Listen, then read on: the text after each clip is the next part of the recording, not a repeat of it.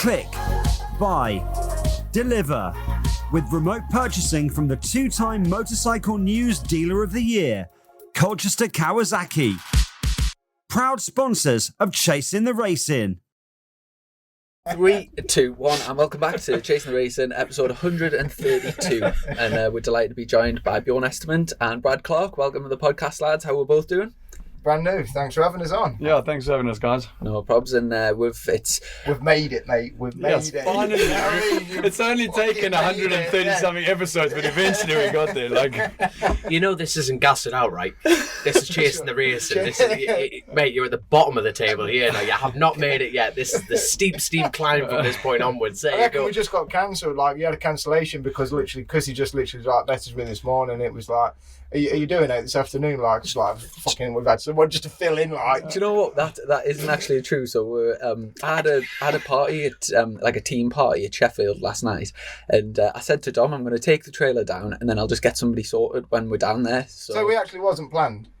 This whole day wasn't planned. We just said we'll sort someone and then when we got down, it was like who's in this area, and then we just got in touch. So to be fair, right, he used to properly stress me out, probably because he's more laid back than a deflated Lilo. This lad, he just it's like, we'll get something sorted. And I'm like, what do you mean get someone sorted? You can't just, people have lives and stuff. By the way, lads, you really are at the top of the table. He's done that with every single guest we've ever had, you know what I mean? It's just like, what are you doing?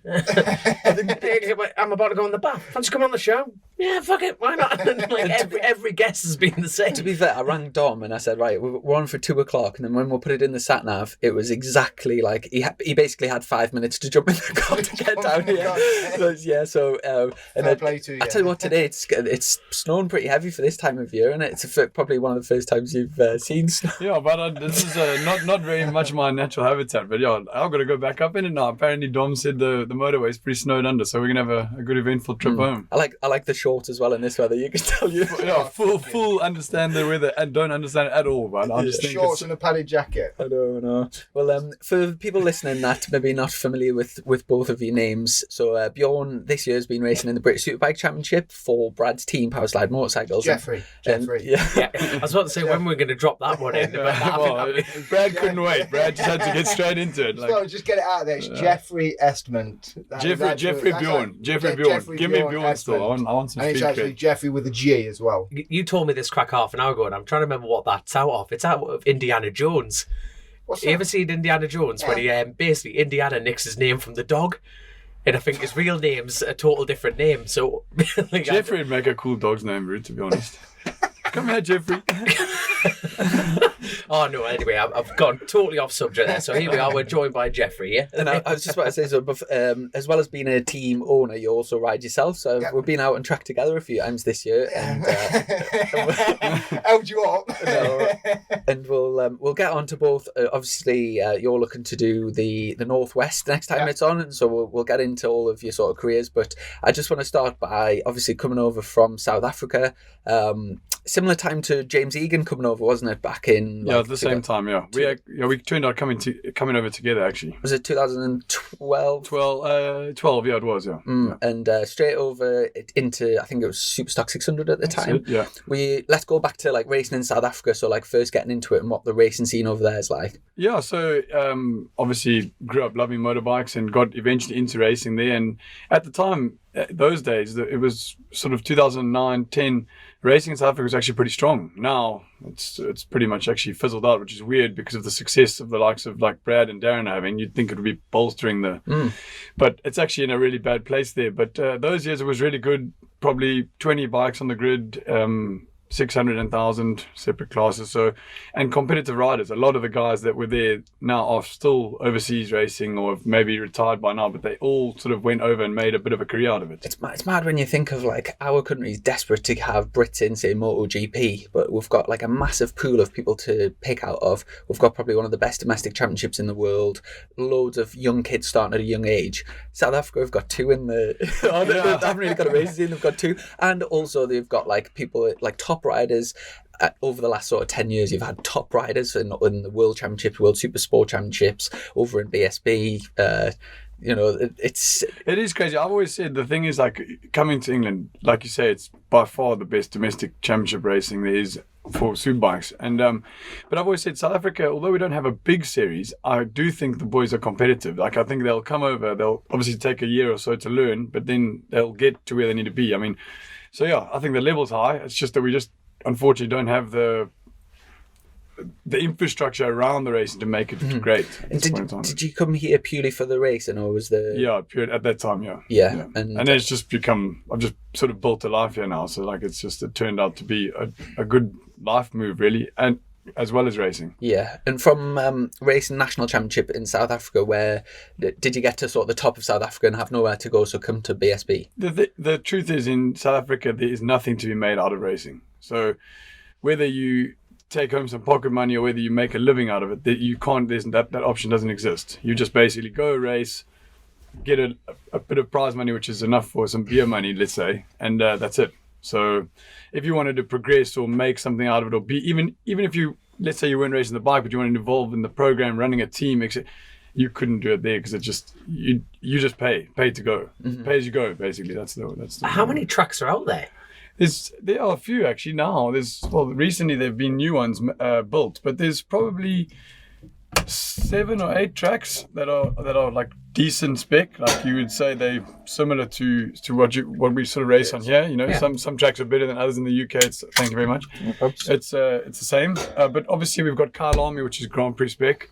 Excuse me, Pakisa, where they had the MotoGP for 4 years, and then there's the smaller ones, sort of like your sort of Alton Parks or Cadwells, if you like, that are more, I don't know what you'd call it, not Grand Prix spec, but national. Yeah, more national spec. Yeah, so yeah, there's a few out there. Yeah. There's one in every province basically. So there's 8 provinces. So in your opinion, why do you think it's just fizzled out? Is that through popularity or just because they're not expanding it? If they're building new tracks, there's obviously a demand for it. But that'd be more probably cars, is it? I think that I've been away from it for that long, but I think what it boiled down to is greed. The guys that were running the series and running the show maybe try to extract out of the series rather than give back. Right. So eventually the competitors get, they've had enough and they're like, well, no, we're not just going to fill your pockets. There's nothing coming back to us. Yeah. And it's just fizzled out. I mean, literally at the moment, there's 3 superbikes on the South African grid.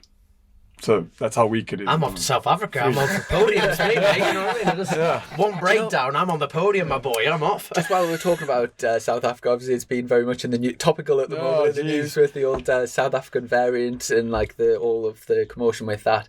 Obviously you'll have like family back home and stuff. What's the crack back? Is it? What's happening? I don't know. Like, I was scheduled to be going home shortly, and is that why you're wearing shorts? Yeah. I was just wondering. I'm just getting ready to go to the beach again, see some nice weather. Because how long have you been here? It's December and you're wearing shorts. That's what's throwing me off here. I know. I don't. It was a really bad idea. Now that I've got this far, but yeah. So it seems to be from what I hear from home from my family. It seems that.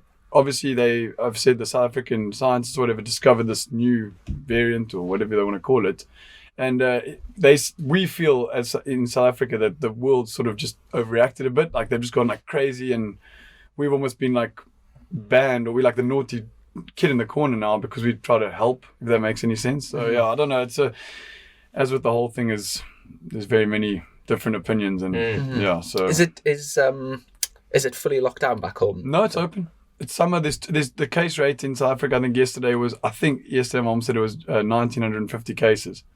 And when you compare that to the UK having 50,000, we can't understand why we've been put in, on the red list or whatever you want to call it. So it's looking like, just from what I've heard, they're saying that this new variant is supposed to be less deadly but more infectious. So it's like kind of, and that is supposed to be the trend of these type of viruses, like that when they mutate, they tend to get more contagious but less deadly as it goes on. So it's it's crazy. And I know some weird things. Like I read the other day that, do you know Nigeria?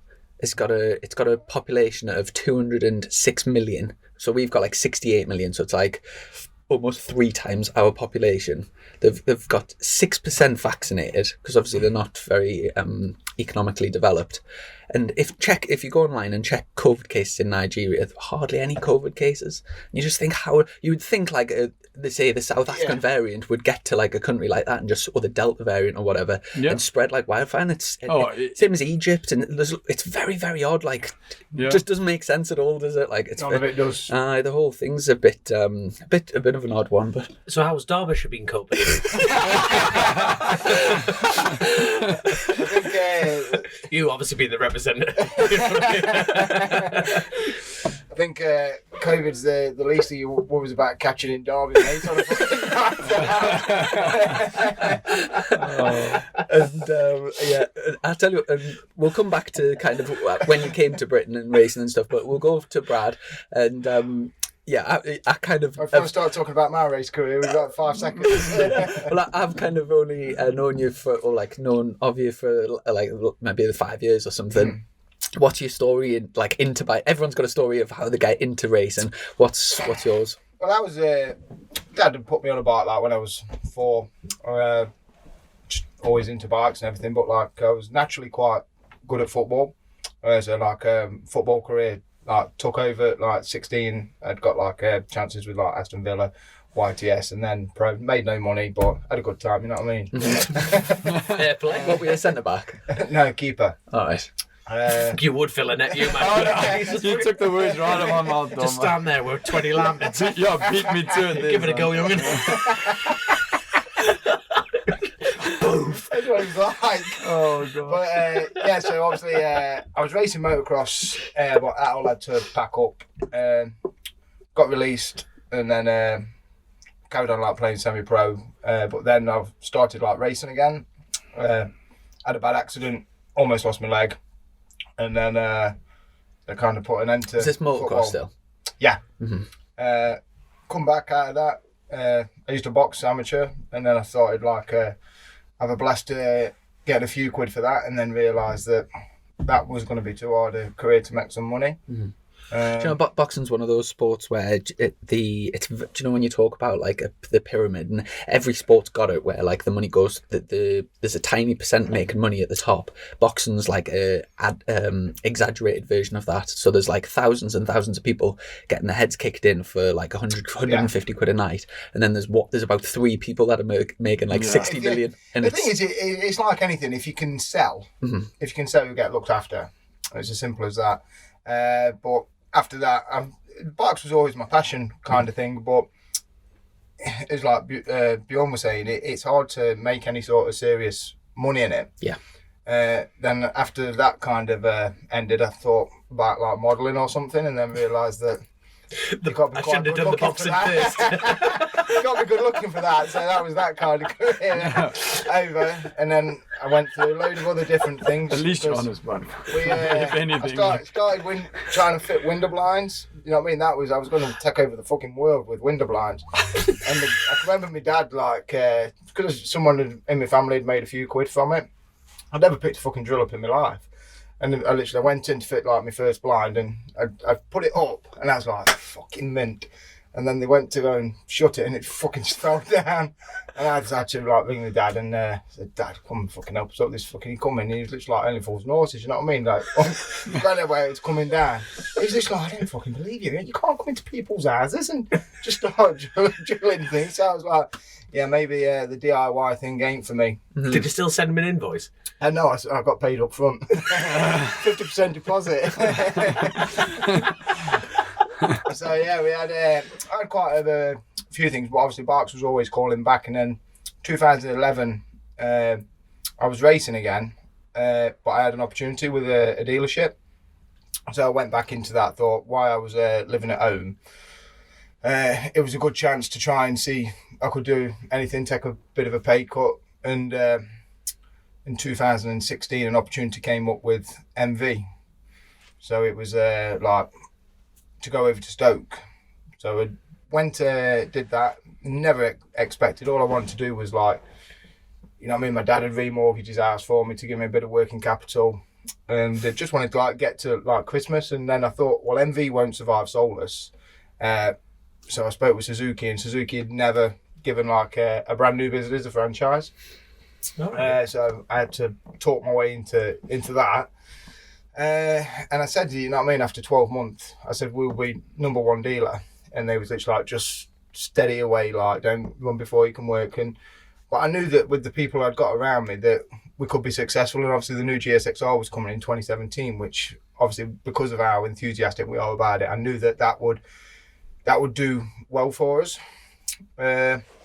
So started chipping away, and then when that bike come, I started racing again in 2016 after like a year out, just to try and push the brand a little bit, just like club level stuff. And then it just started like Coops was doing well, Stock, and obviously Ellison's a good mate and that. So they was like, you know, doing a bit of representation for us, just trying to get our name out there. Because, you know what I mean, no one fucking knew who I was.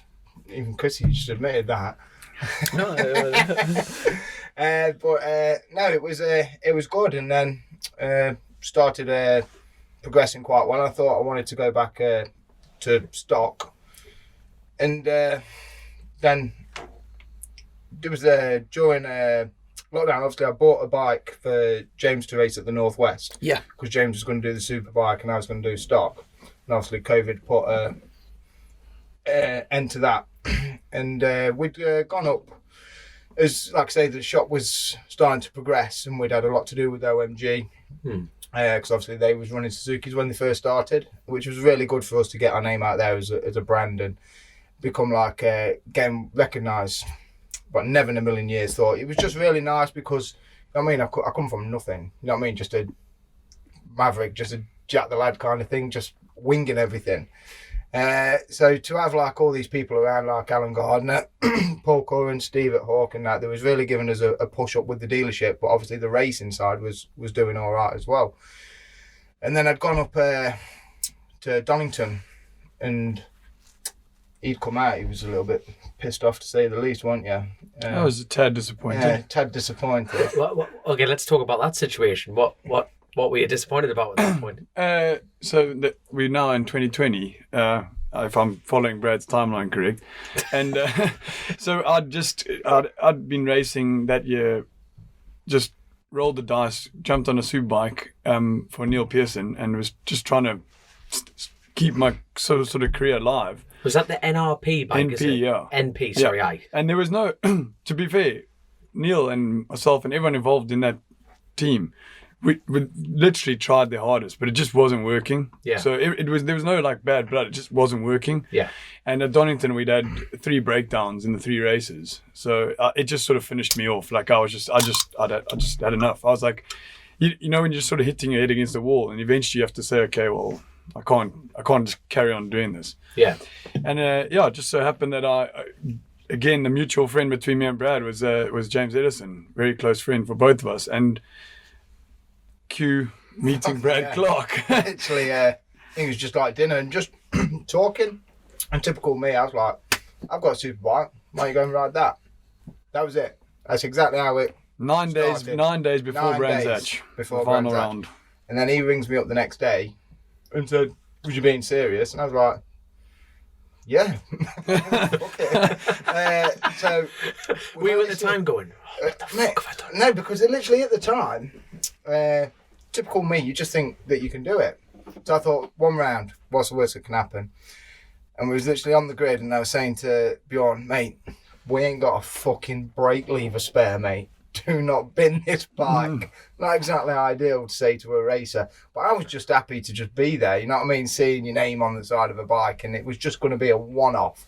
It was a shame, obviously, there was no crowds there or anything, but I thought, you know, to come from where we'd come from, and then to be at like the pinnacle with him, it was surreal. You know what I mean? It was absolutely, it was like stuff that the dreams are made of, and then obviously to bring it home in the top 20 in like because, you know what I mean, top 20 in BSB, it's like on your first time, it was fucking mega. And then to see like Powerslide racing like on Eurosport, it was like, it was mega, you know what I mean? But my business partner Dale was literally, he always gets a little bit worried when I get left on my own, because I always literally like, it's like, and I was walking past like Steve Ickin, and he said, what are you doing next season then? I said, I don't know, like, and everyone was like saying, you're going to carry on, because we made the bike look mint and everything. Fucking hell.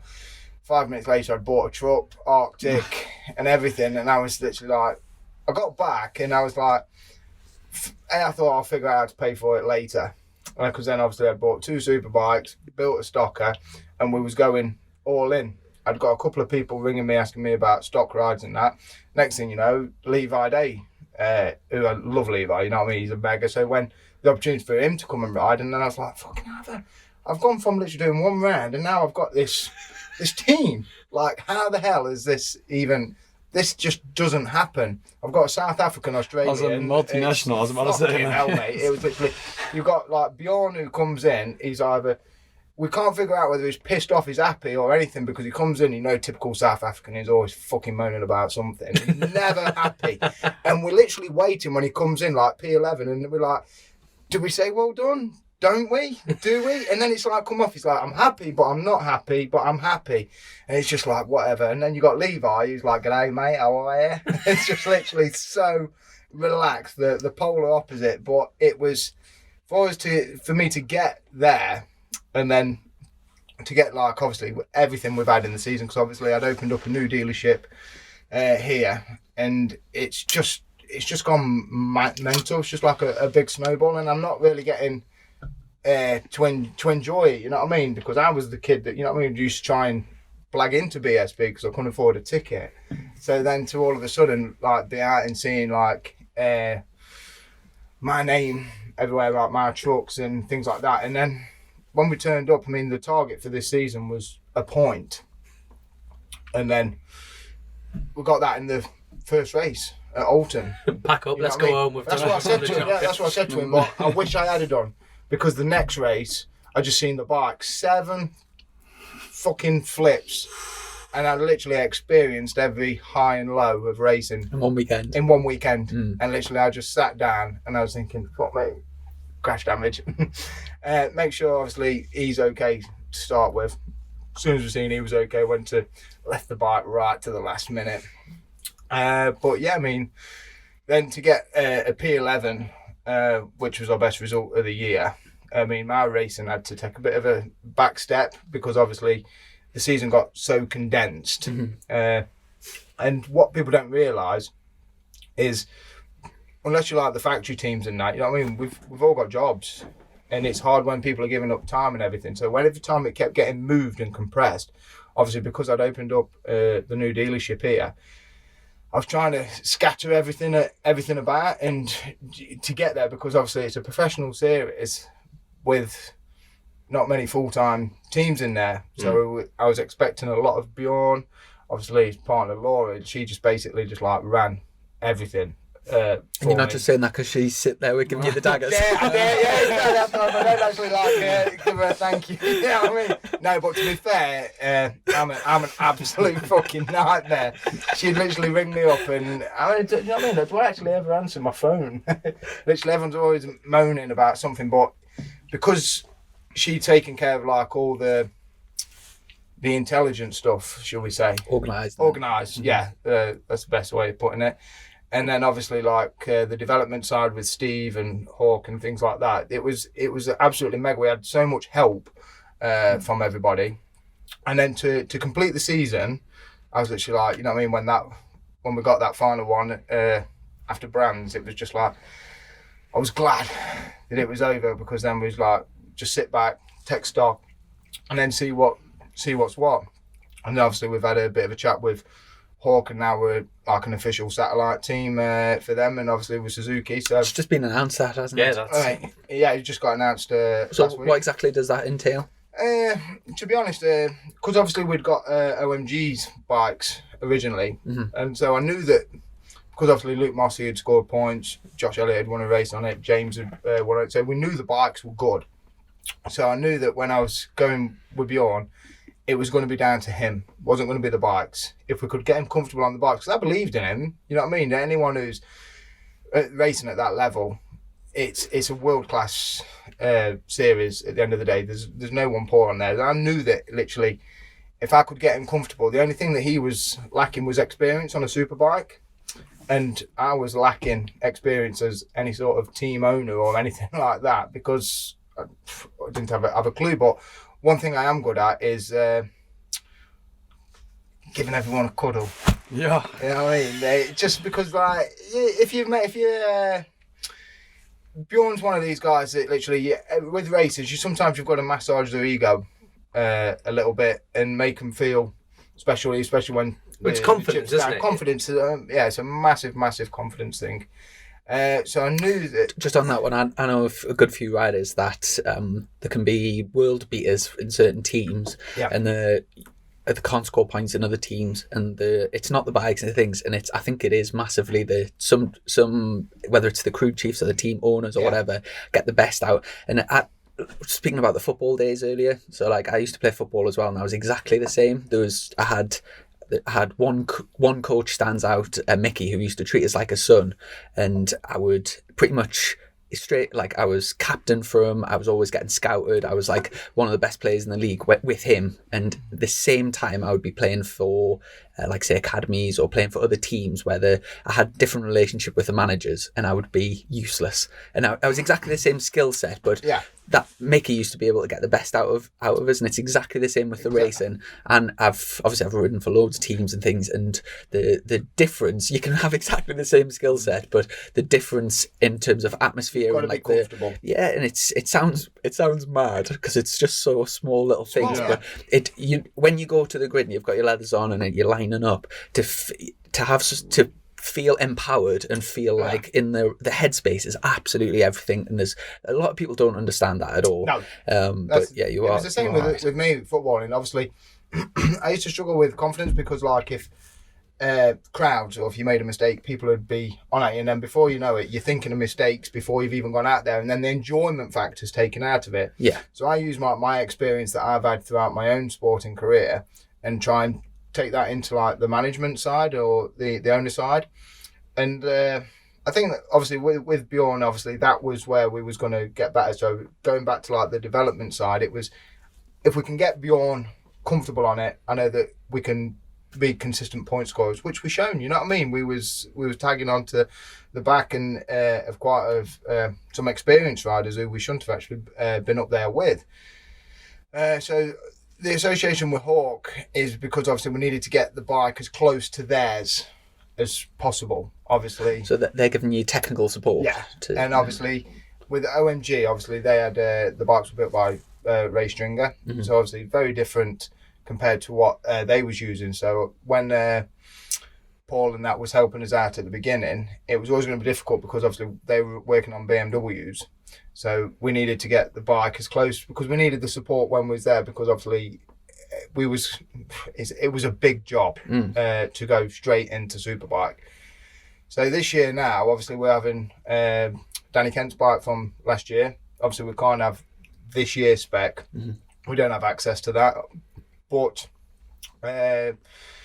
we get access to obviously factory parts from like last year, hopefully, depending obviously like what Steve. So basically when we're there, Steve will be able to, he'll know exactly what he's working on, and then obviously we'll have access to like the data guy and the hospitality side, because I'm going to try and work more on the commercial side and do more riding myself, which is why I brought James Ellison in as team manager. So obviously you're not going to get many more experienced riders than that. So he'll be good for obviously for the riders, because when the riders come in, they'll report obviously to him, but he'll be able to literally like go around the track and see where we're lacking. And so when you're looking at sectors and trying to find that extra tenth, things like that, it will be a lot easier for them. So hopefully, with this collaboration, we can have a. You've got that wealth of experience, we can have a better year. Sounds like you've got a great, great sort of setup, and like especially for how new the team is, it's sort of developing very quickly. Now, I want to quickly go back to Bjorn. So we got the South African bit done over to Stock 600. Back then, it was. A red and black bike, a seat and tuning, wasn't that was it? Yeah, that was it. Yeah. Now, one picture is, and I'm 90% sure it's you, Thruxton at a No Limits round. Do you know turn 2 at Thruxton, fast left-hander? It's like fourth gear. Yeah, fifth, I think. Fifth gear, flat, like over a crest. There's a picture of Bjorn, and I'll get my sister to put it on the video so you see it. Absolute lock stop. Like, say, what would you say about 100? There's a good story behind that, actually, because Paul Seaton at the time was obviously crew chief, So I was teammates with Ben Burke then. I think, were you riding a Haribo Triumph back then as well? That I'm sure actual you were- North Gloucester meeting was Triumph ran a Triumph Young Gun competition in motorcycle news, and there was me, Lee Jackson, and there was I can't remember the lad's name, the third lad that was there, Yeah. and that was the final. Oh yeah, I seem to just remember that. Yeah. So it was our first go on a 600 that week. So we go there to Thruxton, and I think FP1 or something. I'd gone through.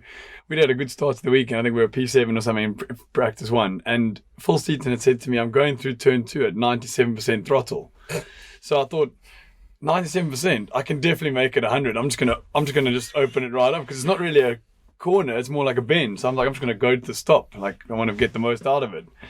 So FP2 went out, got a couple of laps in, and then just decided, here we go. And as I went in, I just literally went bang onto the stop 100%, and the thing just lit itself up. Like, absolutely the most, well, it wasn't the coolest moments, but it was the scariest moment of my life, legit to this day. And I think the speed was 108 miles an hour, but the rear wheel speed was 142 miles an hour. You've seen it. So, yeah. It was completely sideways. I love it. It's the best. Yeah, I hope And you've, I I hope would you've have got that that. blown up in my house. I was gonna say, It is. All my mates are coming in the house. It's in You're the right. bar. It's in the bar in South Africa. Right there as you walk in. It's a huge canvas. Yeah, like when you're 80, 90-year-old, and here he comes, he's going to tell us the same story again. Yeah, Not 3% kids. yeah, it's all about the last 3%, but that's all it's about. No, so it was a interesting moment. And you did well that year in SOC 600 as well for the first year in learning the tracks and stuff. Yeah, it was an enjoyable year. I mean, at the time I had, as I say, Ben Burke was my teammate, and I think he ended up. Oh, he was second in the championship. That's right. Lee Jackson won it. Yeah. But it was a hard year because Ben was Australian, I was South African. There's the natural rivalry there. Just of we were quite bitter rivals on the track. Fine off it, but and he actually he ended up beating me a lot that year, which really got to me. And it was always just, as you know, Super Stock's kind of so close, but I just couldn't seem to consistently get the better of him, which left a bit of bad blood in my mouth. I was disappointed in myself, but other than that, it was good. It was a good year. I think we were 7th in the championship at our first go, so it wasn't. I was happy about it, but Learn the tracks. What happened to Ben Burke? I think he's at home now in Australia. He still does a bit of racing. I see on Facebook. As I say, we were fine off the track, and he was a damn good rider. So I'm surprised he never stayed. Really, I think he should have. Well, I don't know what the reasons were, but it surprised me that he didn't stay to go a bit further with it, because definitely a talent. But if you don't mind me asking, like that financial, was it a free ride? If you don't mind me asking, coming from South Africa. No. Like you say, that financial commitment to actually leave home, to jump over that's so what had happened. Mean feat, that. What had happened is I'd come over in at the end of 2011, done a wild card at Brands Hatch. I just rented a bike from someone. It all came through Alan John Fenter, who was here at the time, racing British Supersport. And he'd sort of put me in touch with some people. I got a bike, and we finished 5th in our first ever race at Brands Hatch. I think I qualified 20th, and we finished 5th. I think I'd finished.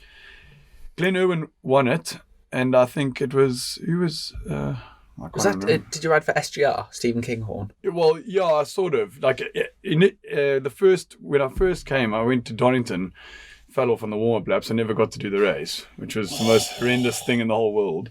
But yeah, he gave us some awning space and stuff. So do you know when obviously your parents and family would have been watching in South, or like checked in South Africa? How did the race go?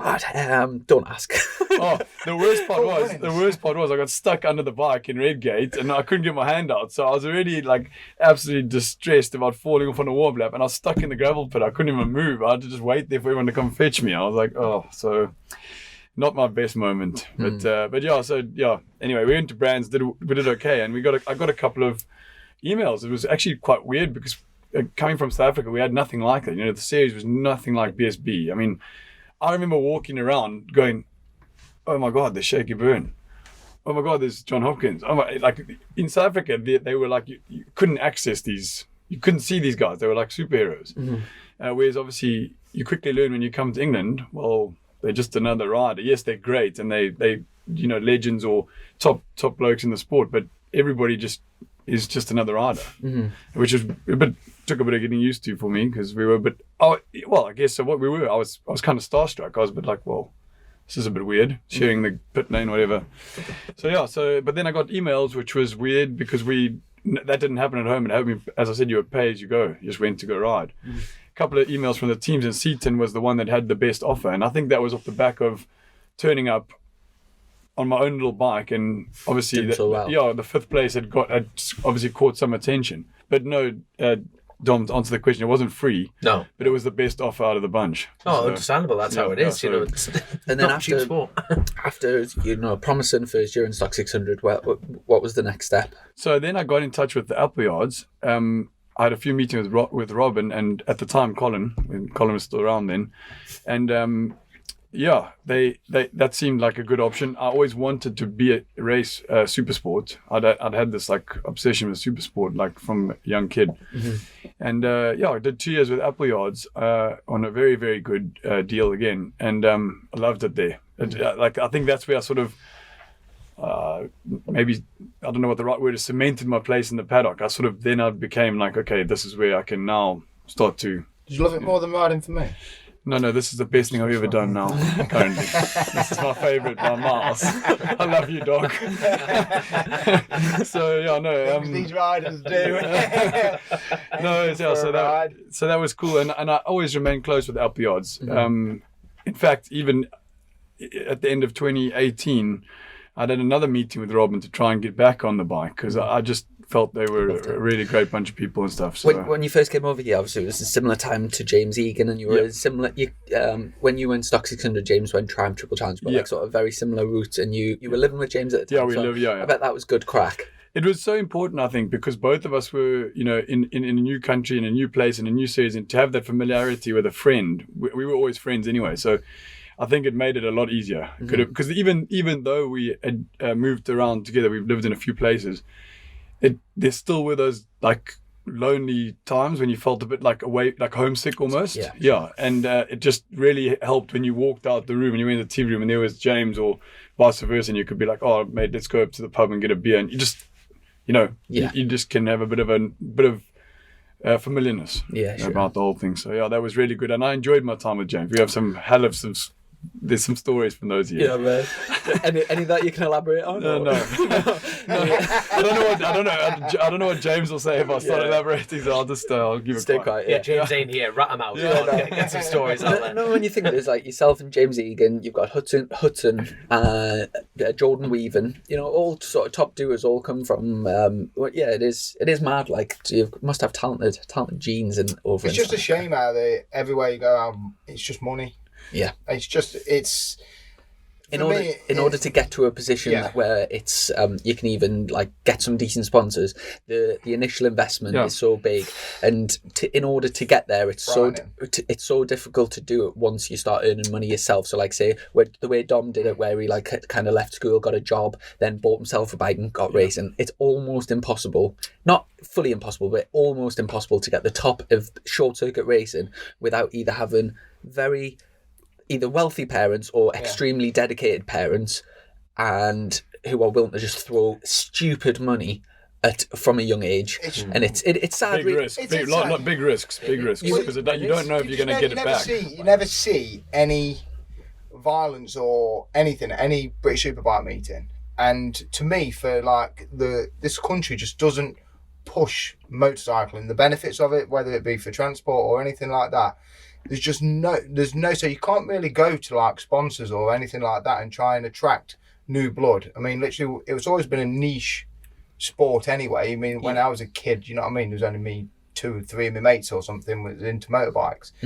So it's never been like massive, but it's like, that's where like with me, I'm doing everything I can to try and, obviously I'm relatively young for what I'm doing, but to try and attract new blood and get more people to it and show, you know what I mean? It's good fun and things like that. The thing is, there is a massive hunger, whether people realise it or not. But the sort of commercial side to the sport, for businesses that are passionate, either themselves or their customers passionate about racing, the coming to the racing, going in the hospitality, going on the grid, pit walks, getting some like it's a proper hell of a good VIP vibe. things. It's a hell of a good vibe. For rewards and like for doing deals and whatever. It's just about getting those you got people to to the get them. round. Yeah, you got to get them there. To That's sort the of see thing. it, Get them there. because we'll have got such a special. It is such a amazing opportunity, but it's our job to sort of sell that to the It's just people. hard because if it was pushed a little bit more, and literally like I say, more mainstream. It's like for me, like when Toesland, you know what I mean, growing up, James was like one of my heroes, like. Mm-hmm. But like when we was training in the gym, like you no one would know him unless you was into motorcycles. Yeah, no you one could walk would, around. You could walk around. Yeah. No one would know him. See, I still think that, do you know, when going from BBC to Eurosport, you know, I love the Eurosport coverage. They do an amazing job. And if for bike fans that want to sit on a Sunday and watch every single race, think it's a perfect. You can fill your full weekend. But for the casual fans, you know, like you say, going back sort of 15 years, Michael Rutter would be like, if Michael Rutter walked in my village, all of the blokes in the pub would know who Michael Rutter was. Where if Christian Inn walked in or Jason O'Halloran walked in, unless you were really banging the BSB, you wouldn't have a clue. And it's such a lot more. It's a lot more of a niche thing. But yeah, it's such a. And to me, it's even raised again going to the Isle of Man TT. You know, like I was very fortunate a good few years ago. I was riding for a team the guy who I was riding for got us some like sort of VIP hospitality at the TT, and I defy anyone to go onto that start line where you're lining up ready to go down Bray Hill and not have like every hair stand up to stand like the bottom of Bray Hill and watch go past. You aren't human if that doesn't get the juices flowing. And I mean, it's such an opportunity for you know, sponsorship, business deal, commercial things, but it's just I guess it's our job, isn't it, to try and sell that. To try and sell it. And there's the tax benefits as well, obviously for companies, and which a lot of people don't actually see. So there's so many positives that are around in the industry, but it is down to obviously, and the trouble is that it's getting an aging brand now, like obviously the customer. So that's where there's no one coming into the industry, because like I say, it's so hard to make money in this industry. You've got to be really passionate about it. You know what I mean? Me and Dale, my partner, like we have literally just 24/7. You know what I mean? People don't see it literally when they just see it, they think it's like a glitz and glamour. They ain't seen it like when we first started, half 11 at night, driving down to London to bring a bike back. Like that iceberg thing. You just sort of see you don't see that, or like 4 o'clock in the morning where you can't sleep in your ear. Here's a question. So like, we'll rarely get kind of someone there's not many people in your position that are kind of like a sponsor, team owner and a rider, them like all into one. But just looking from the sort of the sponsorship side, obviously you've been a personal sponsor for the likes of Coops, Ellison, and like then had your own team and stuff. What like how have you found, you know, investing a little bit into it, like personal sponsorship, and like what that's then done for your sort of business? It's amazing. Everybody is so negative towards racing. If you speak to anyone, literally even like Suzuki come to me, and when they obviously find out that we're doing a team, and they try and edge you away from like racing because obviously the dangers that come with it, and obviously they just want you to concentrate on that. But racing to me is literally like, if you've got 60 to 100,000 people at a British Superbike meet, that is a big target audience. Every single person there is into motorcycles, whether they are a motorcycle rider or whatever. So that is your big captive audience. So for me, going there, and that's going to be like 100,000 people that see Powerslide. Who are Powerslide? What are they about? If you're into a bike or you want a Suzuki, then if you're there, it's the kudos. So obviously people will want to be part of that, and obviously they buy into, you know what I mean? One thing with the riders that I've got and myself, we all kind of got like personalities you can relate towards, you know what I mean? There's no egos or anything like that. So people buy into that. But if I wasn't there, no one's going to know. No one's going to know about it. So I don't see the negativity about it. But at the same time, it is a big risk because it's a hefty investment. But everything with me, it's all calculated. You know what I mean? It might look like I'm a bit of a doing it on a fucking Wing and a prayer. man, it's like a wing and a prayer, but everything is calculated when you step back, and it can look like, say, quite glamorous, and where people, you know what I mean, you go on Facebook and everything, it looks like fucking, yeah, he's living the life. It's anything but everything is calculated, and it's when the budget runs out or anything like that, if it did, then, you know what I mean, my business will never come under pressure for racing. Yeah. But it does go hand in hand, and I just think that the more people that got involved, it'd be nice for manufacturers to help out more. It'd be nice for the series to help out a little bit more, because I've said to Bjorn, for any rider at that level, they should be getting paid. It's as simple as that. And I don't, everyone's got overheads and things like that, so I'm not going to speak out of turn about the series or anything like that, but I think there should be some sort of bonus or something, because you know yourself, you know what I mean, if you win a British Superbike race, there's no prize money or anything like that, but if you win a stock race, obviously there is race. And I think if there was some sort of structure that, like, all the way down to points, because like to score a point in British Superbike is a near on miracle. So if you had that little reward back, then obviously, because we're only going to reinvest it into the series anyway, but it allows you to spend a little bit more, probably a bit more commercial, and push that branding a little bit more.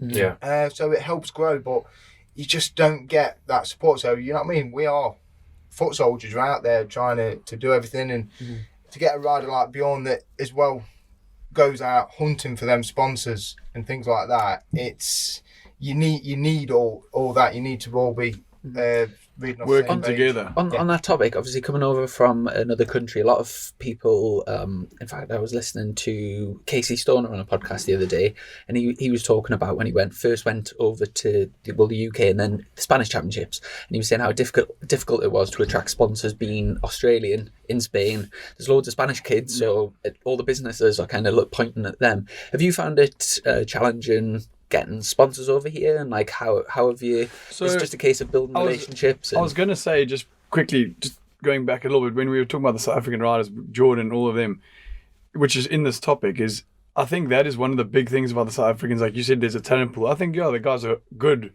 but I think it's more the fact that when we get here, you're so desperate because that's your shot. Like this is your time. Like you've got to make it count. Like, do you know what I mean? So like, I think that goes a lot for all the South Africans that go racing, because they know going home there's nothing there. So if they get a chance to go overseas, you it's like, you know what I mean? Maybe if you grow up in the UK, you'd be like, okay, well, if I don't do it this weekend, I can go back next weekend. Whereas we'll come over and be like, I have to do it now. Yeah. Like it's got to, and I think that goes into that quite a lot. But going on to the sponsors thing, yeah, it was initially it was difficult because you don't know or understand how anything works or who's who, or, you know, as you spend more years in the paddock, you start to understand and you start to learn from other people who have had the experiences, and they can teach you. I mean, yeah, like I said earlier, like James Edison has almost played like a bit of a management role for me in the last few years. And I mean, he's got so much experience from all different championships.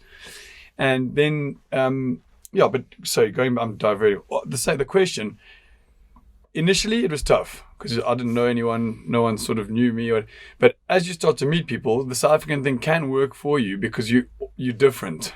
All of a sudden, you can, you can, but you're a different. People want to know, different, you know, breed. Do you live in a mud hut? Do you have an elephant in your garden? Like these questions actually come out, like, and all of a sudden he actually does have an elephant in his garden drinking out of his pool. Picture of that, an elephant actually drinking out. He was telling us all these different things about when you go over and like seeing, like, because you don't like it. He doesn't actually like tigers. It's tigers you don't like, or lions. Lions you don't like lions. Can't see the why. Why would you not like a lion? Like, but you're a big lad, mate. We're pretty small. If a lion hugs at us, we're in trouble. But you couldn't believe it. Like it genuinely is. I thought that not a chance, but they do actually. Is it Johannesburg you're from? Yeah. Yeah. I was born on the coast, but I've grown up in Johannesburg pretty much. So. I've never been to South Africa. It's honestly one of the best things you'll ever do. Like it is a great place. Like it's got its issues. It definitely has its issues with, you know, crime and politics. But I guess so does everywhere. But for a 10-day break or a 2-week break, you'll never look back. Going to South Africa. Is it safe in the city centre? Yeah. You got a gun. You go. Do you have to carry a gun? No. But it's like anyway, you can go to London, you go to the wrong area. You'll be in trouble. Like the only thing I always say about South Africa, which is Carry a Glock. unfortunate, is that sometimes trouble might come looking for you, but it's that's the only difference. Like in England, you pretty much, unless you go looking for trouble, it shouldn't come find you. Yeah. Whereas sometimes in South Africa, if we're speaking blatantly honest, trouble will come to you, but that can happen anyway. Do you just go to the right places? Yeah, you go to the right places and you're with the right people, and then you're fine. Yeah. Well, if I ever do go, I'll take you as a tour guide. 100%. Just I don't want to find myself in the wrong places. No, it'll be good. Oh my God, do you go home for the winter then? Obviously, at the moment, it's a red list. Yeah, I would, but obviously then it's summer for us now. Yeah, so it's, at the moment it's currently, I think my mom said it was 32 degrees yesterday. So lovely, lovely. I remember when James first came over. Pim's in the garden and it's snowing here. I remember when James first came over, he was telling us about the exchange rate. Is it the rand? Yeah, the rand, and he was saying that. So, like for example, for like say £100,000, you could get like a mansion over there with like a.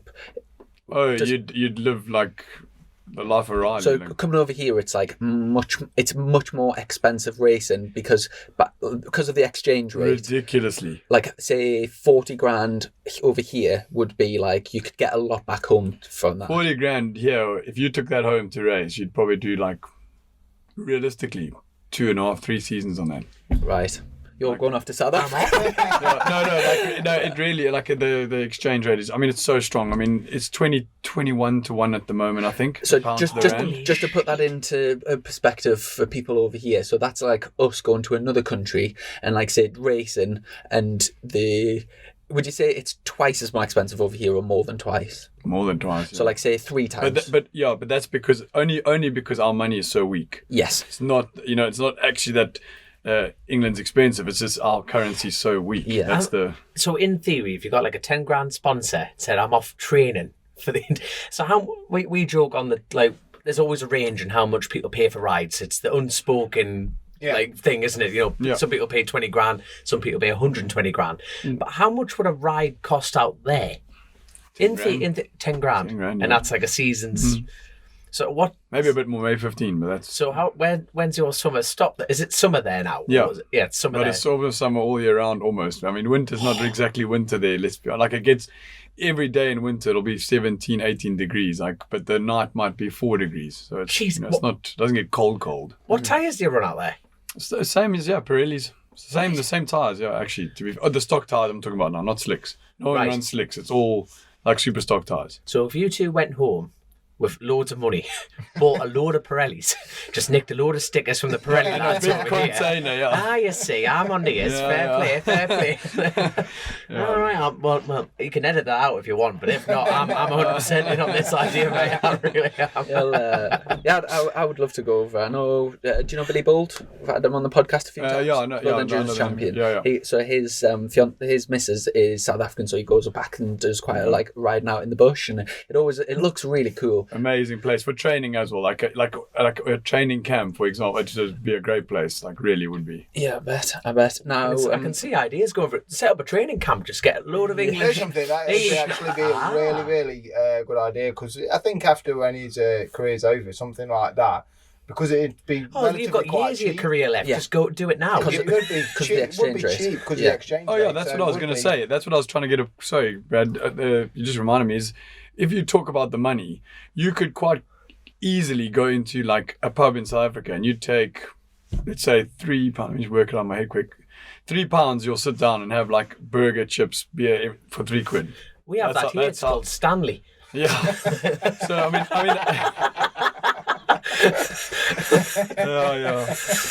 No, it really is. The money goes far. Like the pound really does go far in South Africa. Like, wow, it really stretches. Opportunity there, it'd be all right. Yeah, some lads out there training. Right, well, Bjorn Estment's racing school. I do want to go. I do want to move the conversation on to the Northwest 200, but just before we get to Northwest 200, one of the final rounds this year turned up on a beautiful Lucky Strike Kevin Schwantz replica. And again, I'll get my sister to put a nice picture of it in, but it was banned because you're not allowed to advertise. You're not allowed to advertise cigarettes. Yeah, and did you not check that before the weekend? Yeah. And you were told it was okay? No. All right. Fair Also, enough. I knew it was a matter of time, but as soon as everyone's seen that bike, it was good for promotional. You know what I mean? It got that much interest, and you know what? It just really fucking pisses me off because it's like if people want to smoke, they're going to smoke. It's got nothing to do with it on the side of a motorbike. That's especially in a short, small industry, motorsport. It's just so much PC bollocks today and things like that. It's like vaping, and just imagine how much you'd be able to grow, and cigarette companies and that. That's when the money was in the sport, the money was in the sport. So literally, when I went out there, I thought, you know what I mean? Did you get black flagged? Yeah, but I just carried on. Really? Yeah. You actually got black flagged? Yeah, they literally, as soon as I came in, I probably didn't see it anyway. They put the pit board out and I can't even see anything. I can barely fucking see. It was, I wouldn't see. So when I came in, it was actually Laura who said, literally, you've got to do it. So literally they just put some, and just kept the Lucky on, and then put Lucky Fucker on the actual back of the bike. So it was... No, it was good, but I just wanted to, you know, Kev is a legend of the sport, you know what I mean? When we went out for dinner a couple of years back with Suzuki, and the guy's just a legend. And that livery, you know, the Pepsi, the Lucky Strike, he looked like Barry Sheen back in the day. That's what sometimes I think this sport needs, you know what I mean? It needs a little bit of... Like Barry Sheen, was like the original bad boy kind of thing, but he was relatable. It's a working man sport. You need them sort of personalities and things. You don't want robots. It switches off. I mean, look at Lewis Hamilton, you know what I mean? One of the most successful racing drivers we've ever had. But he's too clinical. He's got like 2 fans. You know what I mean? That's his mum and dad. MotoGP's it is very like sort of sanitized, really, isn't it? And it is. The biggest shame for me is when the riders retire and then the personalities come out, like Lorenzo. Yeah. Like the whole time Lorenzo was in MotoGP, I just thought he's so boring. Like had nothing about him. And then as soon as he's retired, he's like he's had this hidden personality. Yeah, and it comes out. It'd be really nice to kind of. Colin Edwards, mate. He was literally.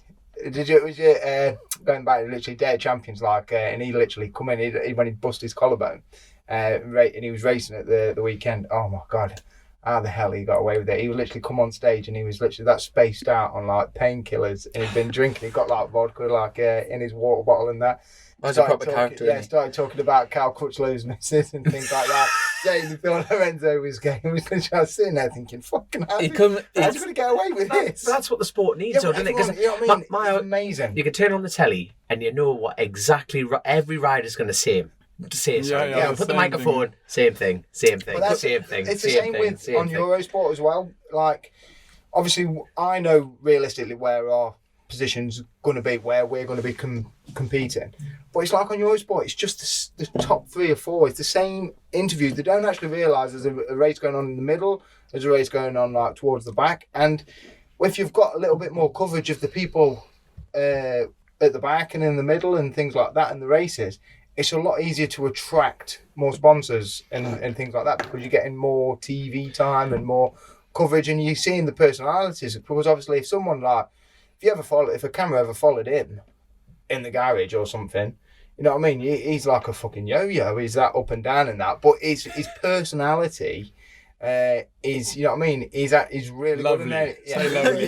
Say lovely. Yeah. Honestly, he's quite charismatic, which is what I say. I think a lot of people like come into it. I will actually pay you a compliment there, because you're actually I'm on a night out. He's a fucking good crack. You know what I mean? And then same with Levi. Like Levi's just great lads, aren't you? Yeah. Quick question though, with obviously Brad been the real successful like last few years. You're good friends with Brad, aren't you? You must have some good what's he like on a night out, and like is he good crack? Awesome. Both of them, both brothers are just such good guys, and the best thing about those 2 brothers is they are so down to earth. Like they obviously have done really well for themselves, but they're just Brad and Darren. They're just 2 guys that just want to have a good time and race motorbikes. Do you think you could persuade them to come on chasing the racing at the British Grand Prix? Possibly, to be honest. I've been trying to get Brad, to come over for a couple of. I've asked him a few times now just to come, spend the weekend at the box, because obviously he's publicity as well. Like he'll attract a lot of attention from the general racing public and stuff. So yeah, I think, and it'd be good, I suppose, for the series to have him there. Like anyway, I bet you absolutely love him watching another race with the wet and when he stayed out in slicks. oh my! That was by far. I have never seen something so brave, or whatever you want to call it. Like that actually made racing go to another level, in my opinion. No, because the whole world watched the insanity of it, and it was just Did you see the riding graphics thing of his big hairy paws? Oh, it was honestly the best thing is in his garage now. KTM have put on his chair, like his race chair, in his little corner. There's just 4 B's along the top of the thing. So big balls, Brad Binder. Yeah, like the factory team have put that on his seat, which I think is awesome. Like, the thing is, that was just one moment that every rider dreams of. The moment where if this goes wrong, it doesn't matter. Yeah. He stayed up when you've got multi-millionaires. It's the way that he watches when they all come around that corner and they all peel in. And you actually see him go, like, he like looks like, and he just doesn't go. And it was just the most iconic moment ever. If he only lasted another 4 corners, you know what? He would have still got the same reaction that he would have winning it. You know what I mean? The fact that they all just trained in and went balls to it, and he just went, nah. Marquez pitted and crashed. He pitted up and got the wet on, then crashed. But unbelievable. What a great race. I bet you it was absolute scenes when you were watching. I think we were racing. I think all of us obviously at BSB that weekend. So I got the phone call from my dad saying, you need to watch this race. And I'm like, oh, something must. And then obviously social media, I see Binder wins. I'm like, oh, this is going to be epic. Like, so, and when I did see it, yeah, that was something. I've never seen anything like that in my life, to be honest. Have you met any riders from South Africa that you thought they should have come to British? They could have made it. Is anyone that's outstood there that have just like... Still, that never came or has gone somewhere else? So let's talk about, how you took the gamble. The gamble's paid off. Is there anyone that you thought they should have done that? There's a rider at home by Clinton Seller. Unbelievably fast and brave. Great rider. Yeah. Top multiple South African champion, and he actually did take the gamble to go to America, but when he went to AMA, it was just before they had their collapse, like we had all went. Now obviously Moto America is getting stronger, although the grids are not full, it's getting better and better. But what happened there is, unfortunately, he took the gamble, put his whatever he could into it, and I think he finished second in the Super Sport Championship, and was said, oh yeah, you'll have a ride next year. Came home. Oh no, sorry, teams. That's it. So he'd given everything, sold his house, sold his car, everything in South Africa, and decided he was going there, and then it just got turned on its head. And I think that put a bad taste in his mouth. And he's currently at home now. He just wipes the floor with everyone. Yeah. But almost like that was it for him. He was like, oh, I'm not chasing it anymore. Like, when you made the jump to coming over and it worked. You know what I mean? You found the 3% and it worked. Yeah. And it was. Did you have a plan in your mind of a cut-off?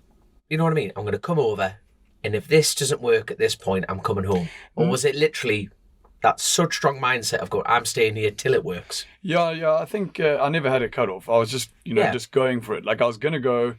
It wasn't only a racing thing. Of course, racing was the fundamental reason for coming over, but it was also like to gain life experience, like grow myself as a person, because going to a different country where you're just sort of on your own. Okay, I had James Egan, which was great, as we said, but you almost starting again.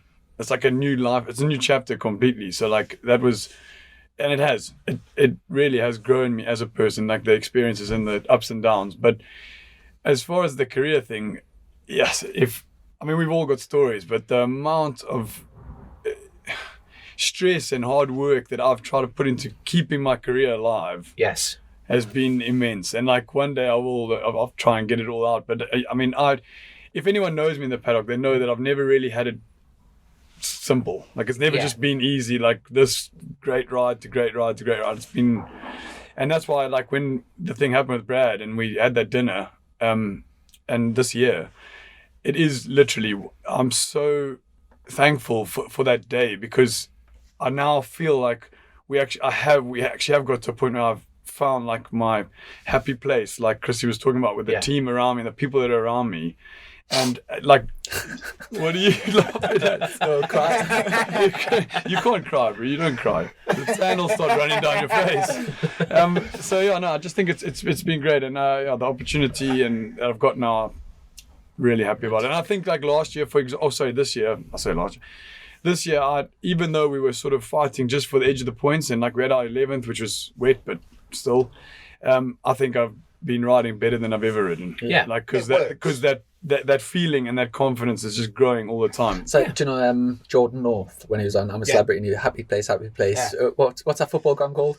Oh, God. What's happy place, happy place? It turned into like a catchphrase. Yeah. Is yours happy place, happy fucking place, power slides? Yeah. That's what you say. You say Pretty much, yeah. Pretty much. It's as much as like he needed us, we needed Bjorn. So it was like to get that sort of rider. Yeah. That, you know what I mean? He doer. needed to save his career. It's as simple as that. Yeah.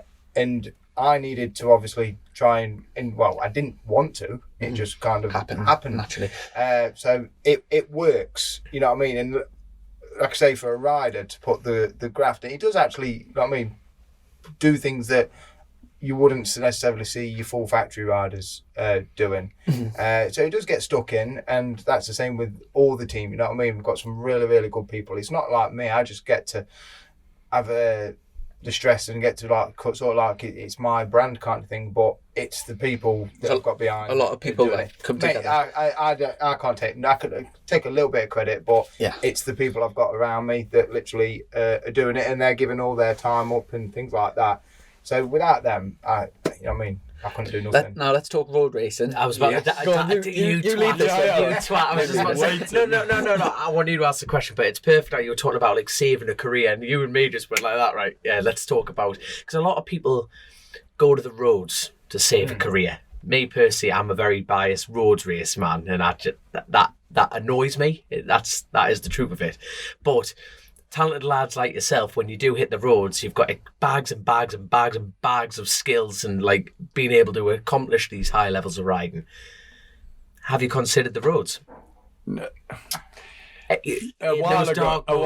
Yeah. No, never to save my career. Right. And what happened was actually when I did go to the T2, and Chris was talking about the bottom of Bray Hill and that feeling on your skin. I went 2014. And I was actually at the top of Bray Hill at that crossroads or whatever, where the petrol garages, yeah. And I remember like waiting for the bikes to come. And I was sitting with my dad, and I was like, "Oh, this is going to be awesome!" Like, and you just hear like all the coming through the gears, and I thought, "What?" Like there was no like let off. It was just, the thing was just, and I was like, the bikes came past. I don't know who it was. I think it might have been Dunlop, Michael, and Lee had come past Johnson. I've never seen something that actually freaked me out so much in my whole life. It was in that moment I was like, I will never race on the roads. It absolutely, I maximum respect. I think it's the most awesome thing I've actually seen with my own eyes. But in that moment, I knew straight away. I was like, it's not for me. Like, it's absolutely like, I was like, no way. It's like, is that pin 5th or pin 6th? No, I think it might be 5th, because I think I've got a video of it and I watched it all the time, and they go past and I'm like, what the hell? And there's a gear change and I'm like, what is going on? Like, I can't. You're coming past the start line even on a stock 1000. I got clocked through there at 168 just before you're coming up to the fuel stop. Mm-hmm. Clicking 6, you come over St. Indians. And it's 6th, the St. Indians. Oh, it's 6 straight over the top. But the problem is you've got the gyroscopic force to actually bring it over. Like Bruce Anstey on a 600 clipped the curb there. I saw a lad, right? Oh, Chris Price. Yeah, so anyway, there's a hedge on the right-hand side. He clipped that hedge on one of Padgett's Honda's Fireblades. The bike just ripped out underneath him, and he just went head first all the way nearly down Bray Hill. Oh my gosh! And it just did he survive? Oh God, yeah! He just knocked his glasses off, put his glasses back on, just struggling.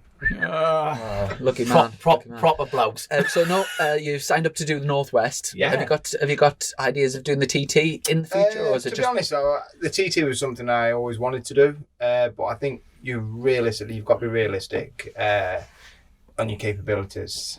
And obviously not just causing damage to yourself but other riders. Would you more likely to go and do the Manx first if you were I want to, but literally it was Stuart Icken who literally said it, because basically my concentration levels ain't the greatest, and you've got to concentrate for that amount of time, and I tried learning the track a little bit on Xbox and that, and I messaged Jono straight after. I said, Jesus Christ, mate, this ain't like one of them dolls, like. So I launched him over every fucking house going, like. I tell you what, I played that game once and I'll never play it again. Mate, honestly, I got the quarter bridge, binned it and just went, It's damaging your confidence. I just put the control down. We had on here, we had like a Top Gear thing. Honestly, I was more looking at the guests than I'm like, Jesus, Mate, it's like it's not. When you're coming through, and I wanted to try and learn it. I'd probably go and do it like on a mini twin or something like that. But the trouble is, I'm not exactly small. So I look like you weren't a football goalkeeper for no reason, you know. So let's sort of go on to the Northwest first time as a newcomer. What sort of homework have you done so far? We went out 2000 and basically left. It was when I seen Coops obviously went round there, and we went. I was sitting at home, and Ellison was staying with me for a bit. And he said, "Oh, I'll come and span it," because I was flying out on the Tuesday. And I said, "Fuck that!" I said, "Span it for me." I said, "Come and ride." And he was like, "Well," I said, "Well, I've got another bike." I said, "I've got a super bike." I said, "So come and ride that." And that was literally, I was cutting my toenails at the time as I was having this conversation. I got my dressing gown. I looked up, and he was literally like, "You being serious?" I was like, "Yeah." So I rang Mervyn up, and I said, "Can James come out and ride?" And he was like, "What, James Ellison?" And he texted me back and said, "This is James, who obviously raced MotoGP and that."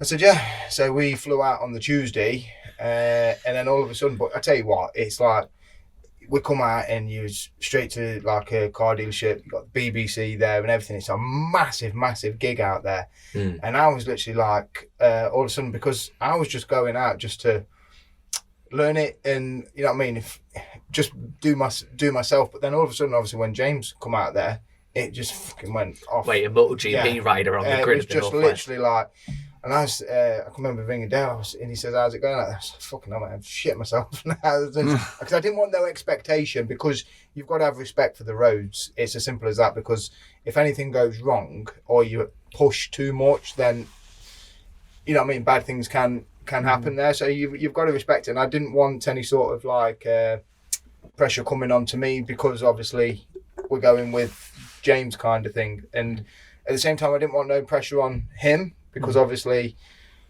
he look at like, obviously he was at the tail end of his career kind of thing. And like you were saying, like, is he just going to try and get some money or a payday or something like that? So you don't want that pressure. But then equally, if you go there and you don't get a result, then it's see, sometimes that's a good thing about the respect element of road racing. Is it's like, if lads go there and don't get a result, it's not like, oh, he's shit. Yeah. No, it's actually the opposite sometimes. You know, it's like, all right, he's taking his time, he'll learn and get faster. It's because of the background of tarmac racing, as called. You've got the skill level. You don't become MotoGP. You don't become front end of BSB. You don't become you can't be that. When we went out there with Plato, obviously, like learning the track, and literally when you're looking at, you know what I mean, like drain covers for apex reference like points, that, and it's like, it's just like we just call like walls. I think the furniture. That's literally like, it's not like moving a sofa or something like that. Wait till you hit station. Oh mate! Oh my! On a stock, it's just tip. Go on. Second drain cover in on the right hand side, opposite the junction, mate. It's what I love about the roads is you either. I'll remember his name once I leave here, but he says it's going to feel the same at 80%, son. So you might as well do it at 100. And you're like, you know what? That's welded in there. You know what I mean? It's right though. You know, if you're right, you're still going through the same turn. And the thing, it's like, because it's so fast. You've got to fight physical physics. You know what I mean? If you roll, you're offloading. You've just got to hold it and go. There's a lot of respect out there, big crowds, and like I say, I think when we was going round, obviously I went round and I'll go out there and meet Mick Williams, and even Glenn Irwin messaged me on Twitter when we was going doing it and said, literally, when you're out, like, if you need any help, just come and give us a shout. So I'll show you where the anchor bar is. Yeah, basically. How many times has Glenn won it now? The anchor, I know why he's giggling. There you go. It's a proper night out, that. But how many times has Glenn won it now? Oh, fair few now. It's got to have four. I would have thought four. Jesus, they are. So if you're going to get tuition, that's how you. That's how you want it. Like when Coop went, you know what I mean? There was third place on his first time. He never had no interest doing the roads, and then I keep trying to get him to come back and do the Northwest. Really difficult question, because it's not. There's never just like one answer. It's almost like a you could imagine it being like a pie chart with different millions of things that make up for it. But if you had to say what your biggest motivation for doing it is, whether it's like a commercial thing for your business, is it a bucket list, tick off the bucket list, is it to What is it? Get female attention? Like, what's the biggest driving force for because obviously it's a big you know, a It's big one of the commitment world's to do. biggest events. Period. Yeah. It's What's Female attention. No, on a serious note, I think it separates the men from the boys. For me, it's a big thing for me if I come in that, because I know I'll be in the second wave. Mm-hmm. So if I'm in the front end of that second wave, you come back. If I was 15th, 20th, 25th, 30th, whatever, at that moment in time, I'll be the 25th or the 30th fastest person in the world around the Northwest 200. That is a massive thing for me, because then I can look back. I had a good crack at football. Boxing. I had a good crack at boxing. I've managed to create a pretty successful business out of nothing. Mm-hmm. I've raced, obviously, done a bit at stock, and obviously I've done road racing. I ain't done bad. I always said I'd write a book, call it The Nearly Man, because I fucking nearly. You never mentioned the modelling career again. What happened to that bit of it? Did you do much modelling? No, I did a few photo shoots, which Yeah, porn. yeah. Mainly off his own camera phone. Mr. Gay UK, like there's a few rumours going around about a different. There was some photos that went around a while back, like 2005, 2006. But we all got to make a look a pan, yeah, you know what I mean?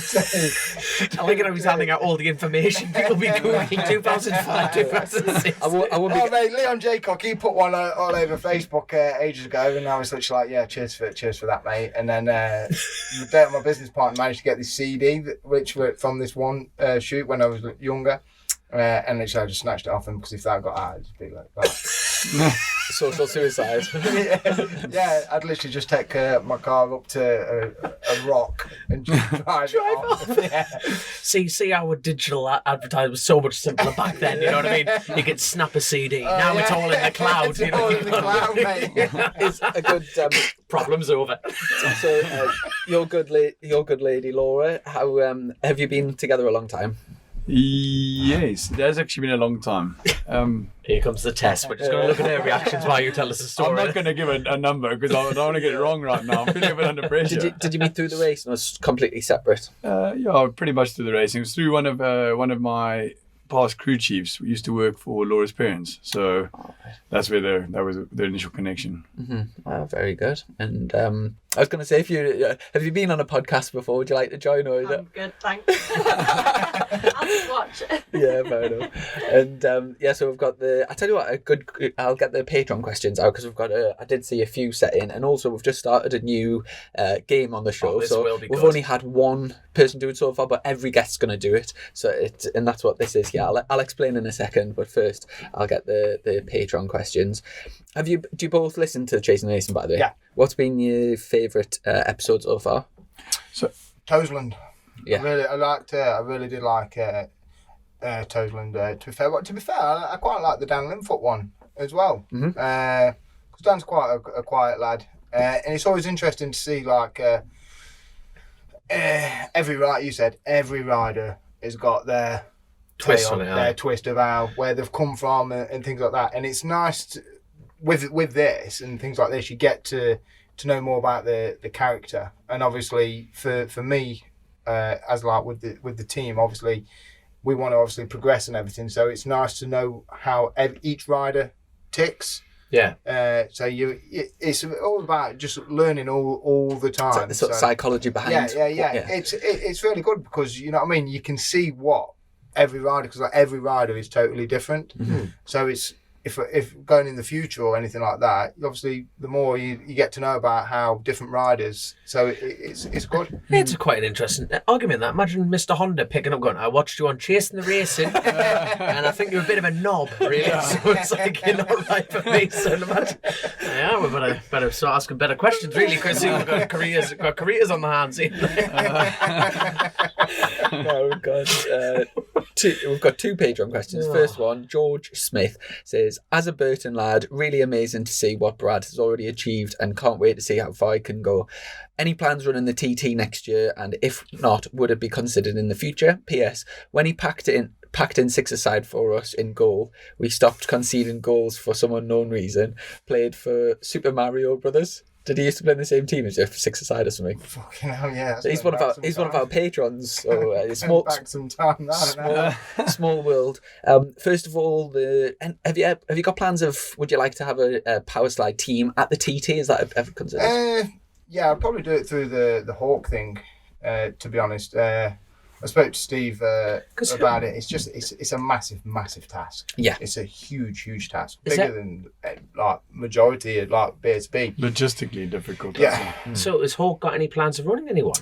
They always run someone. Yeah, But you see, Michael Dunlop's always had a strong relationship with Hawk. You know, they've like repeatedly helped Michael out when he's been in trouble, and he's always like Steve's always been there for him. And I'm trying to think, they had a newcomer in from New Zealand. Yeah, he went fantastic. He went the first time really well. There, like. But any idea? I think with them, Steve always tries to like unearth a hidden gem, because if he turns up and goes with someone that's not expected to do something and then goes, I mean, literally with every year since they've had like Suzuki, obviously they've won races, been in the showdown, and then obviously to win the senior with Michael in the first year of that bike, pretty impressive really.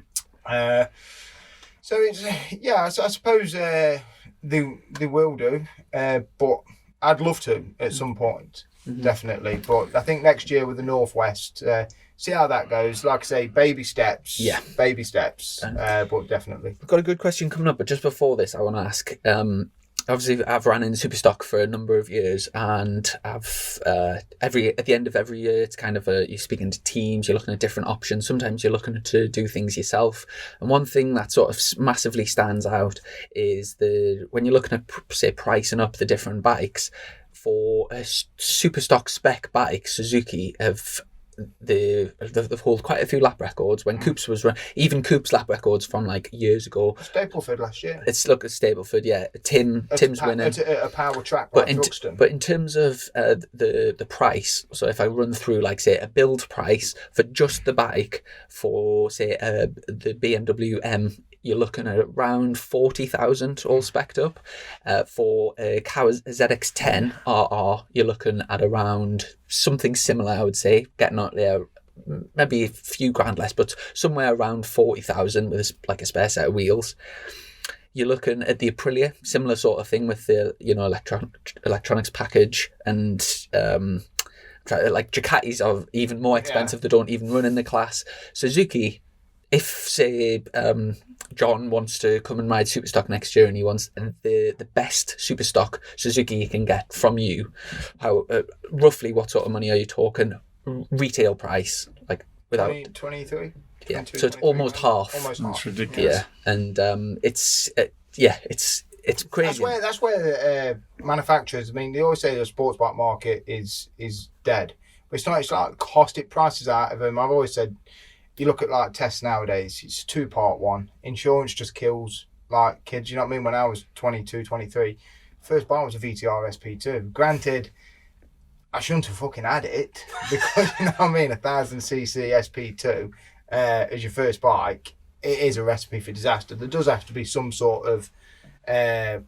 Safety measures, safety measures kind of thing. I do agree with that, but it's just so hard. But the cost now, because of World Superbikes homologating, like Kawasaki have done a good job, because I think like the double R version, you can basically bring that out. But if that was me, I'd just have a standard version, because you build everything anyway. So if you literally just had like the standard bike, which you probably get for like 13, 14 possibly, like on a bit of a race deal.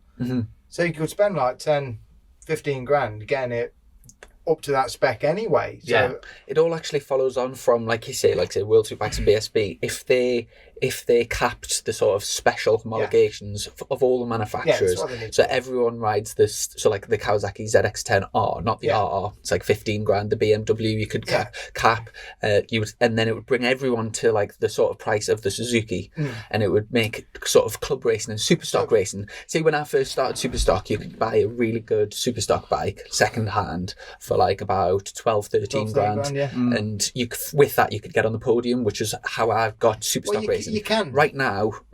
If you go, you can on a Suzuki, but other manufacturers, you pretty much got where does it end though? Where does it end? You look at like the lap records, like and TT and things like that. They're concentrating so much on like power and things like that, and I think they're coming away from it because obviously one will do this and then the other's got to chase it and then the other's got to chase that, and then obviously the price just keeps going up. I mean, it's like 25 grand for an SP Honda, and if you just want to change the gearing on it, you need the HEU it's five or six grand. Yeah, my mate's got that bike, and it's a phenomenal bike. Don't get me wrong, it really is. We didn't mention the Honda, but that's similar sort of price, isn't it? Like around the 40. It is now, but would you ever pay like 25 grand for a Honda?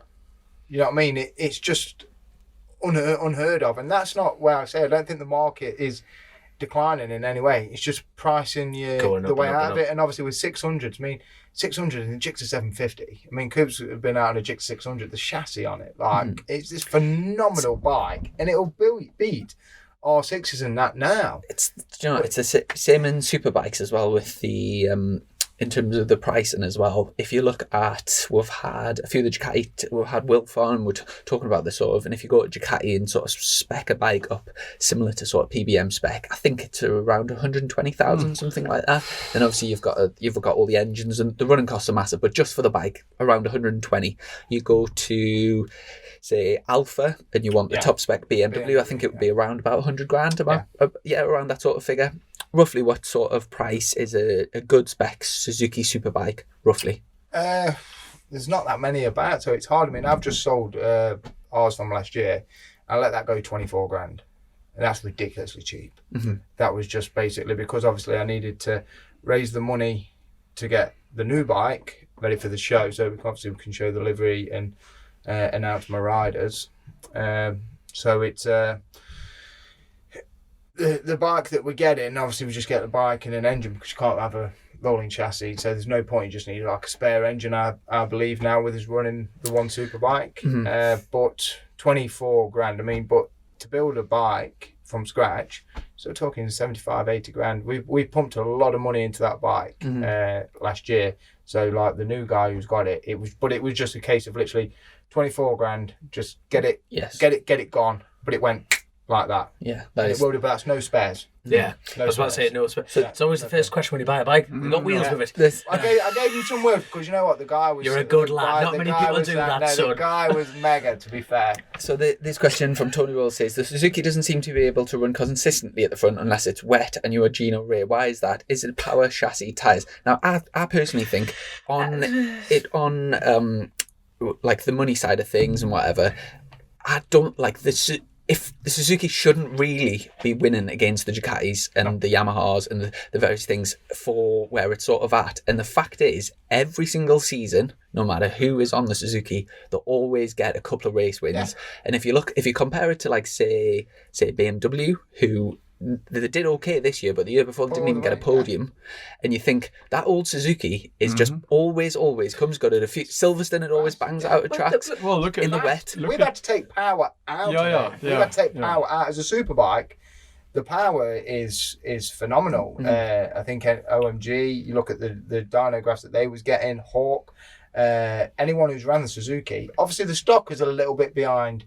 But now, even the stocker, I know it's down on power compared to the other manufacturers, but it doesn't seem to translate on. You put say you put a ZX10 on the dyno and you put a Suzuki on the dyno, you'll see the graph and you would think the ZX10 is just going to piss past it on the straight. It doesn't. It don't. But even look at it's a difficult one to it's a difficult circle to square, because you get out on the track and like say me and Tim Neve when we're together, there's it you would think that bike would be putting out a lot more power, but I've seen it with my own eyes that it doesn't put out that big power, but it must be very rideable. It is rideable. That's one thing. Anyone who gets on it's rideable. It's not very advanced electronically as well. But it just works. It just works. I've always said Suzuki, they're not the best at anything, but they're good at everything. Yeah. And that's the thing, you know what I mean? If you're good at all round, then you'll go all right. I was speaking to Coops about this because obviously after the year he had when he won the championship and then he went to Bathams, and I think in his head he was thinking, I've been running this Suzuki, I don't even think they run data logging, it was basically hardly touched the bike all year, and he was banging out lap records, and then he thought, I'm getting this new all bells and whistles BMW, the latest this, it's got so much more power, and I think in his head he thought it's a big step up. Because of Taylor as well. And he's going to annihilate everyone. He was riding the balls off that Suzuki to beat Taylor that year. Rick Coops said to me he couldn't believe how complicated the job was on the BM, and he was saying how for all of the variables and whatever, it was so difficult just to get to where the Suzuki was, where it was just the same settings all year. So it's an interesting one, and But it was you opened your eyes, didn't it, the first time you went on it? Yeah, there's no problem with speed. That's for sure. We've been in the top 10 quite a bit, haven't we? Yeah. Through the speed traps. But if you put all the bikes on the dyno, it wouldn't be. It wouldn't be sure. Definitely not. But how do you think it would do at the? But Danny did it right. Well, it won. I mean, obviously now, because obviously you've got the big straights, you do need the horsepower. Coops did 199 at Northwest. Yeah. So on a stocker. On a stocker. 199 mile an hour on a stocker. It does help that he's like 3 stone and 2 foot. Yeah, but still, you've got to obviously. But you know what I mean, I was gobsmacked when we seen that, and that was in the wet. When he was doing that. That's crazy. Isn't it? What you calculating in your head? I'm trying to figure out who out the top 10 was on a Gixxer at the TT last time we were out. Was there one? I think that Michael after Michael won that year, there hasn't been that obviously stocker wise. 2017, we've only had it two years, haven't we? And then obviously COVID. But we didn't. Suzuki haven't had much in there. Obviously, Steve went with that newcomer, and some people, like I say, you always want the latest and greatest. So Suzuki sometimes gets put, but like Steve said, from a marketing point of view, when he put Tim Neve on, when you had Coop on it, you could put Coop on a tricycle and he's going to be on the box. He can ride anything. He can ride pit bikes all the way up through anything.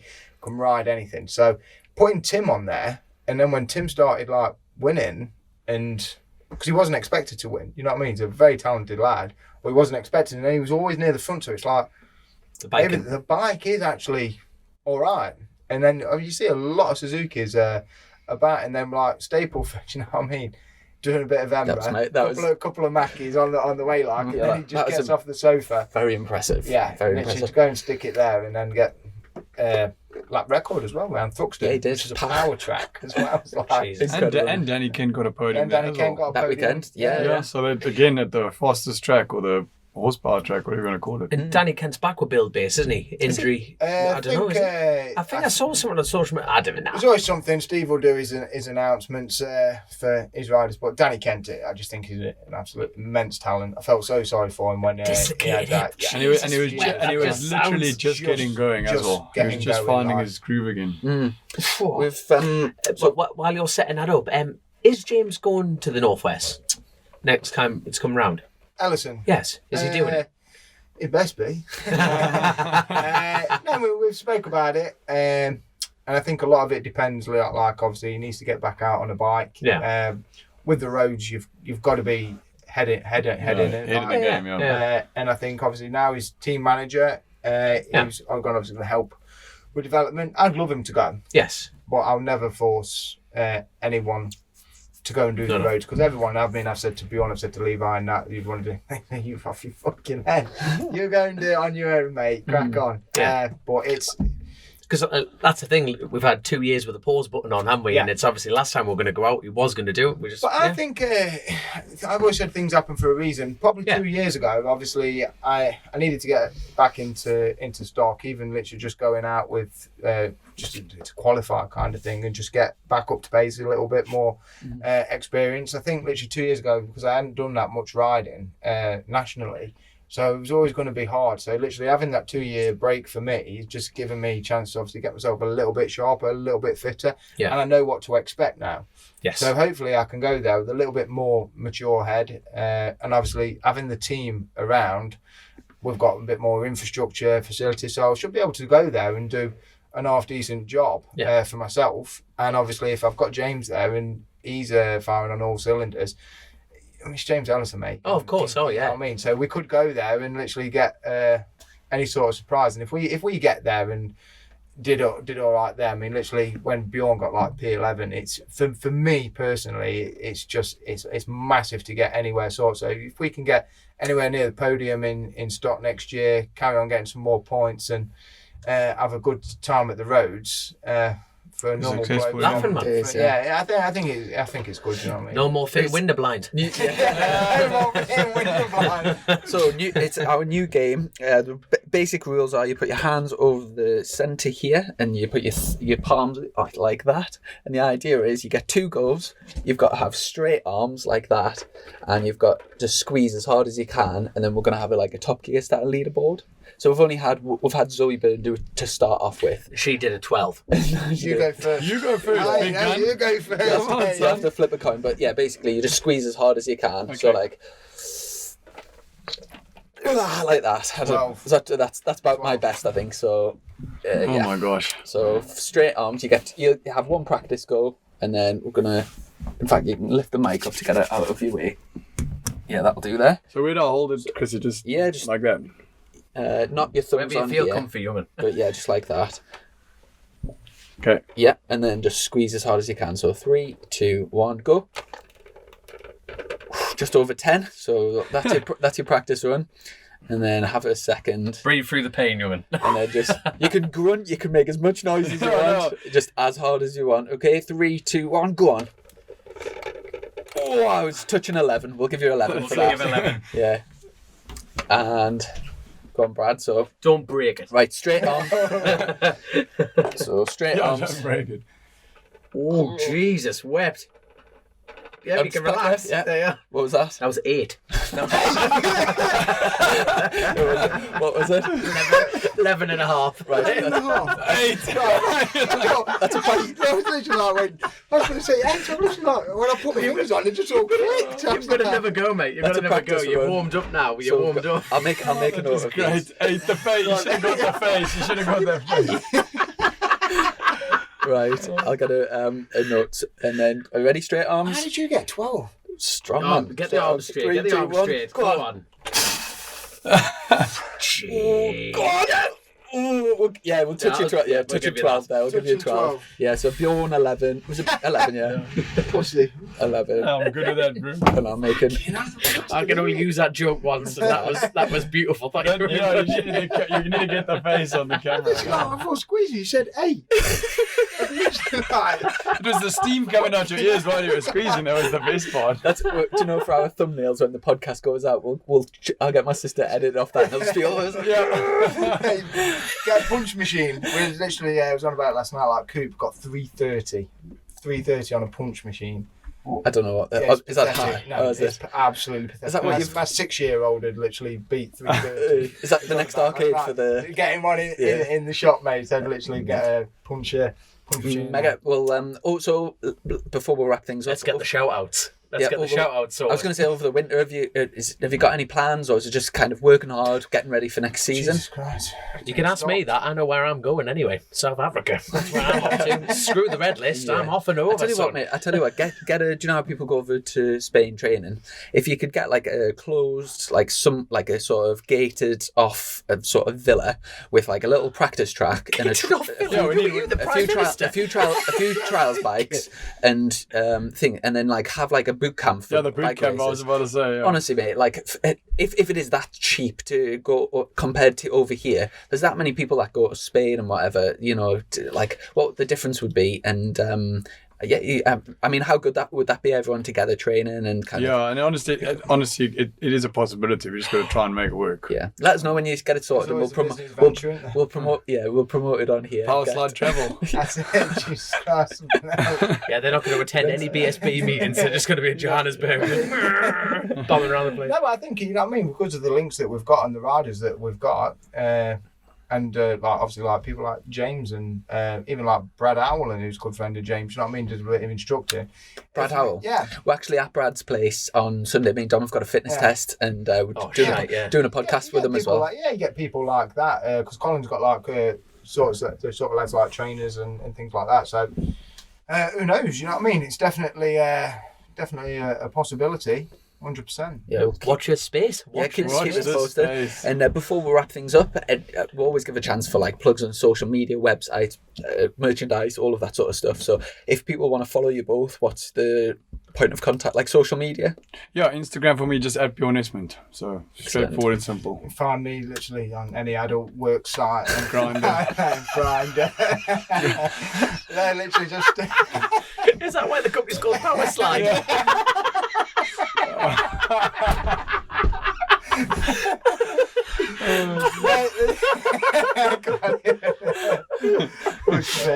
No, literally just same as Bjorn, literally Facebook, social media. But I just want to say a big thank you to our sponsors like Ben, Catfoss, Stuart at Everquip. Because like last year, without those two in particular companies, we simply wouldn't have been there. Yeah. It's as simple as that. And obviously, big thanks to the riders and big thanks to you guys. You know what I mean? I've fucking made it. Yeah. Made it. Chasing the race. 100%. Literally, get us on. I bet, is this going to be your new profile picture? This is it, Yeah. mate. Literally up there. You know what I No, mean? we're going to have to take Right. a photo. No. I'm I gonna want to see this next time, powered by Powerslide Suzuki. Always up a chance. Always up a bidding chance. war. I'm going to screenshot that 8 picture. That could be a profile picture right there.